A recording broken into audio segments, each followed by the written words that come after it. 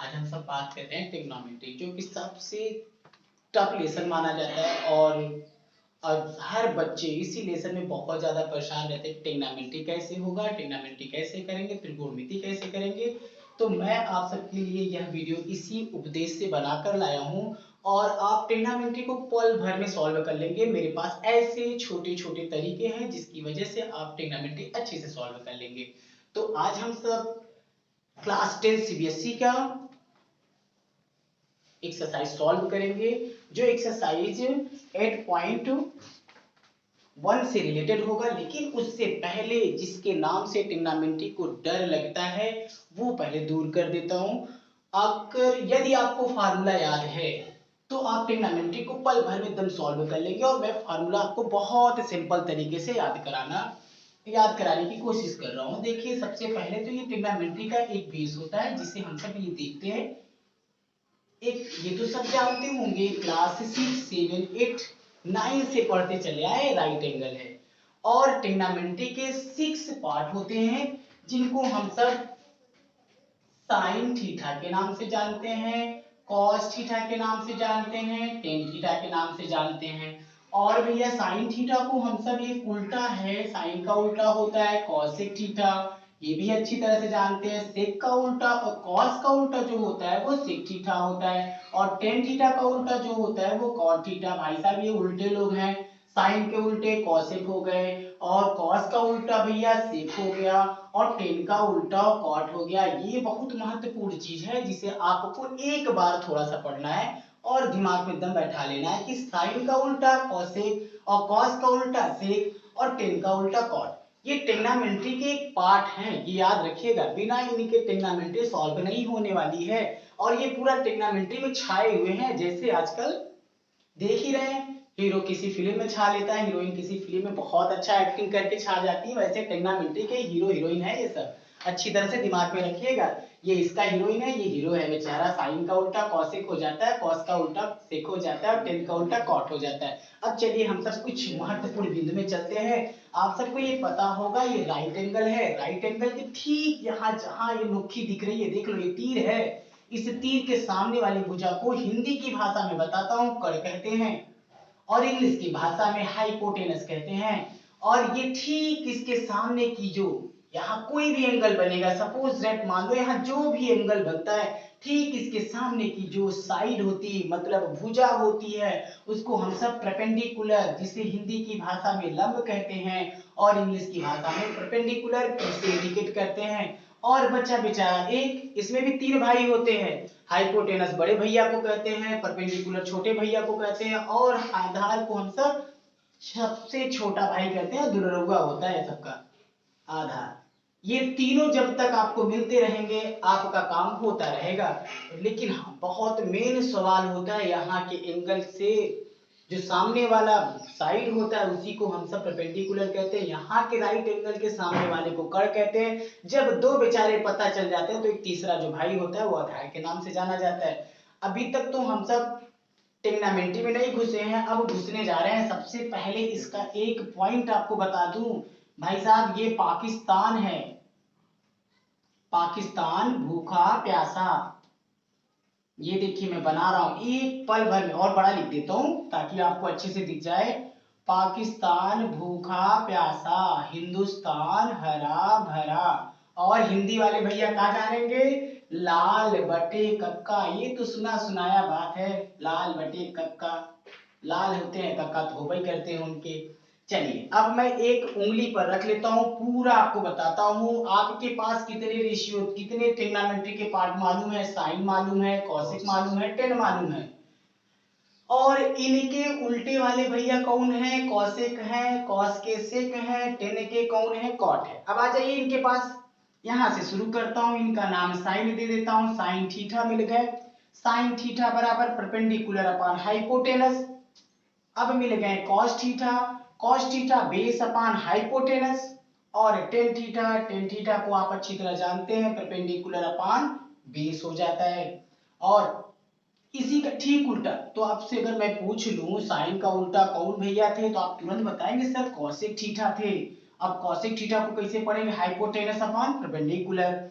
अब यहाँ पर सेक भैया आ गए, सेक के उल्टे कौन होते हैं, हाइपोटेनस बेस। और यहाँ पर क्या हो जाता है, कॉट थीटा। भाई साहब सबको दिख रहा होगा, अच्छे से समझ आ रहा होगा। अब इनको ले चलते हैं वहां पर, साइन थीटा पी अपान एच।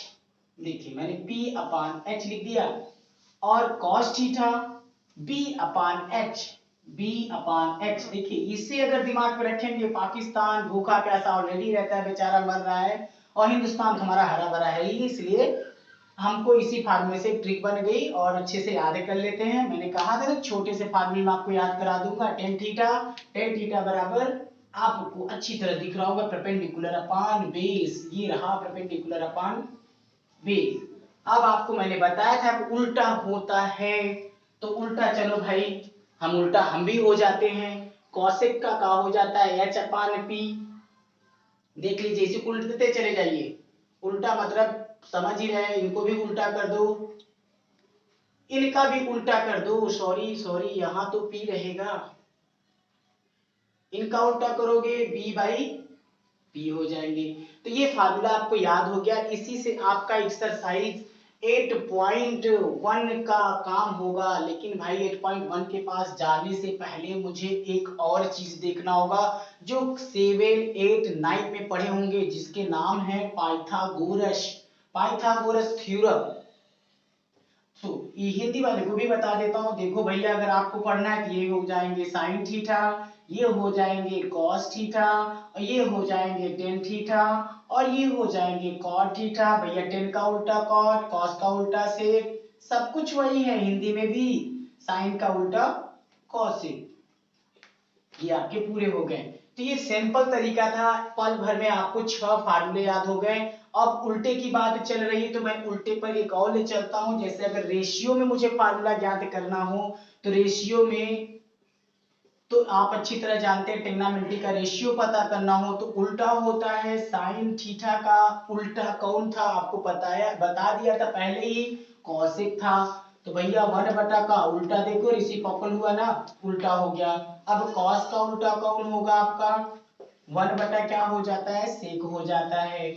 उल्टा कर रहा हूं, बस कुछ नहीं कर रहा हूं। टेन थीटा का उल्टा क्या होगा, 1/cot। लेकिन इसके एक फार्मूले और होते हैं, साइन और कॉस से 10 बना देते हैं, ये हो जाता है साइन थीटा बटा कॉस थीटा। इसका ये भी फार्मूला होता है। अब आप अच्छी तरह जानते हैं, साइन का उल्टा कॉसेक हुआ, कॉसेक का उल्टा सेक हुआ, और 10 का उल्टा कॉट हुआ।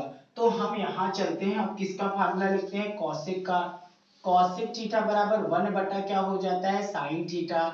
और एक फार्मूला लिख देता हूँ, नीचे नहीं दिख रहा होगा मुझे पता है, 10। अब यहाँ पर आ जाते हैं, इधर लिख देता हूँ, इसी वजह से आपका सेक हो जाता है, सेक थीटा का उल्टा। अच्छी तरह जानते हो सेक का उल्टा अरे भाई कॉस होता है। एक आदमी ने आपसे पूछा भैया कॉट का उल्टा बताओ, तो आपने बड़े गर्व से चिल्लाकर कहा कॉट थीटा बराबर होता है 1/10। और हमने कहा एक फार्मूला और होता है इसके बराबर, cos थीटा बटा sin थीटा। ये तो थे ट्रिग्नोमेट्री के जितने भी आपको अभी 8.1 तक लगाने, यहाँ तक 8.3 तक का भी काम आपका कर जाएगा। अभी मैं और कुछ फार्मूला देता हूँ, तो आप इसे देख लीजिएगा और स्किप करके स्क्रीनशॉट ले लीजिएगा। मैं इसे इरेज कर रहा हूँ, तो वो तो रहेगा, टेंशन नहीं लेना है आपको।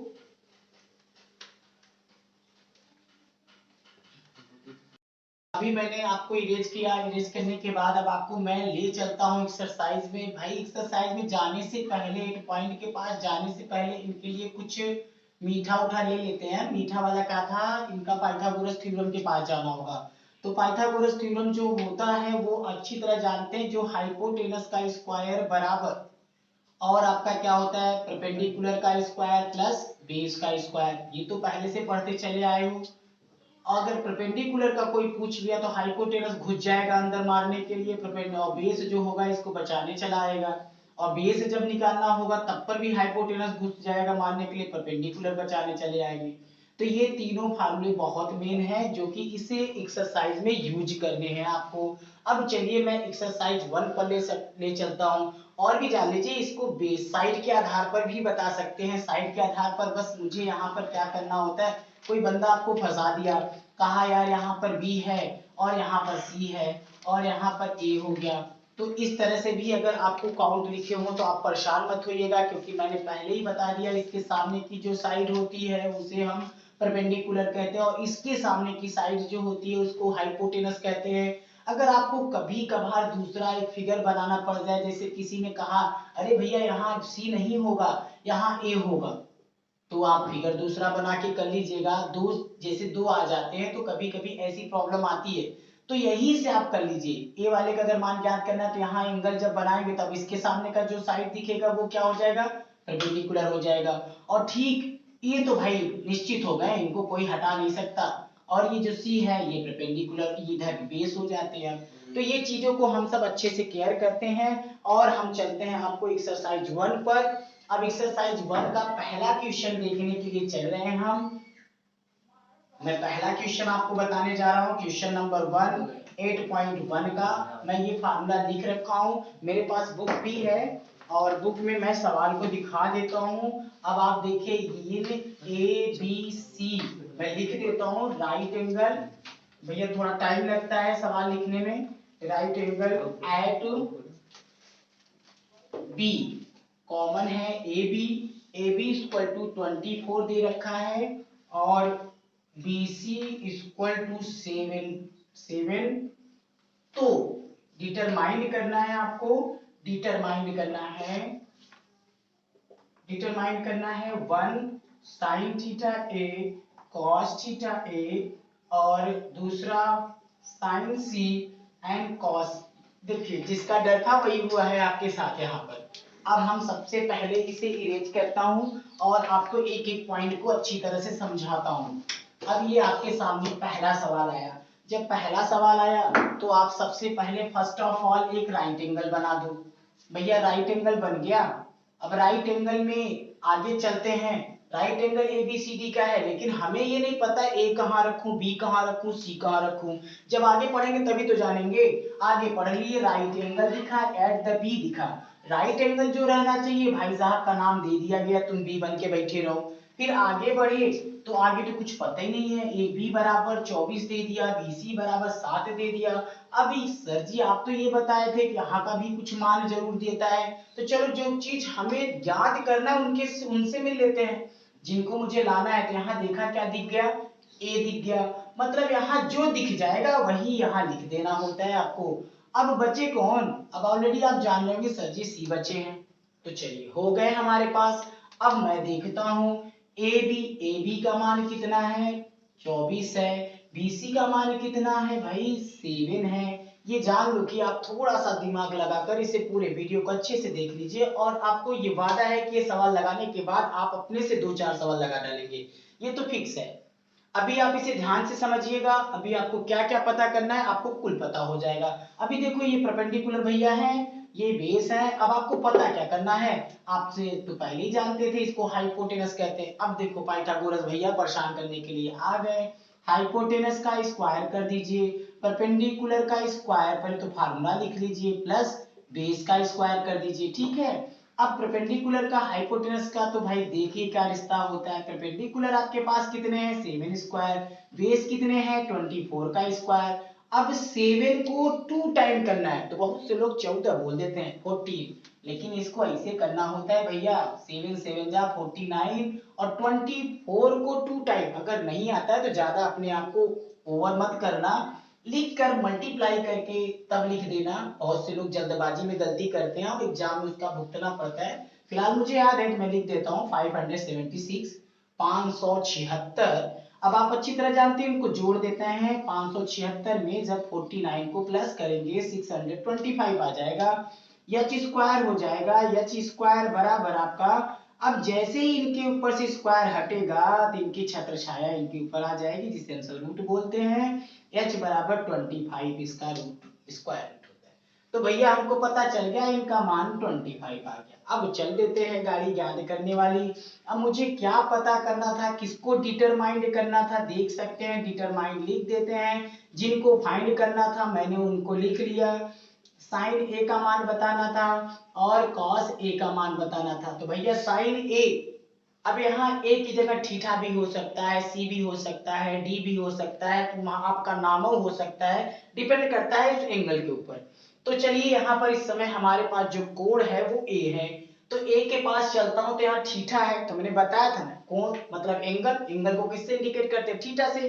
तो भैया यहाँ पर P sin थीटा बराबर क्या हो गया, P अपॉन H। तो अब आप देख सकते हैं P का मान कितना था आपके पास, फटाक से जाइए P वाले भैया के पास।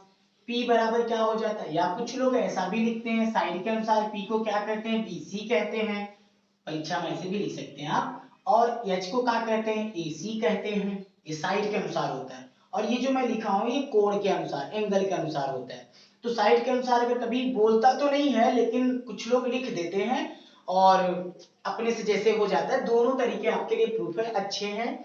तो BC इसे लिखने में कोई दिक्कत नहीं होनी चाहिए। P का मान क्या है, पहले तो BAC है ना P का मान। अब BC के बाद जब देखते हैं तो क्या दिख गया, BC का मान कितना है, 7 है। और AC का मान कितना है, अरे घर वाली AC ना समझ लो, यही वाली AC है।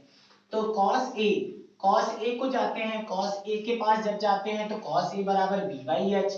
तो मैंने B/H लिखा, B का भी साइड देखते हैं तो हमको पता चल गया AB। और H को देखते हैं, फिर आ गई AC, भाई लगता है AC लगवाना पड़ जाएगा सबके लिए।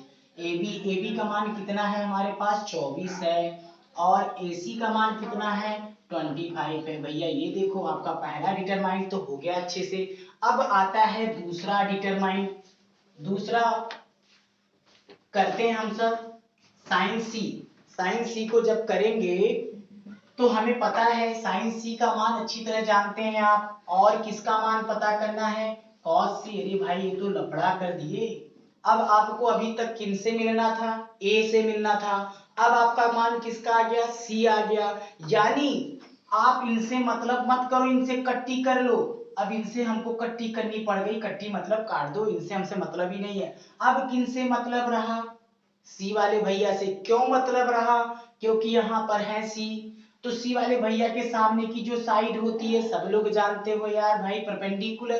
किसी भी कोण के सामने की जो भुजा होती है उसे परपेंडिकुलर कहते हैं। तो अब इस समय परपेंडिकुलर के रूप में कौन बैठ जाएंगे, सबसे पहले मैं इनके बराबर लिखता हूं, साइन सी इक्वल टू, वही फार्मूला होगा, इनसे तो लफड़ा नहीं करना है, अगर इनसे कर लोगे तो दिक्कत आएगी।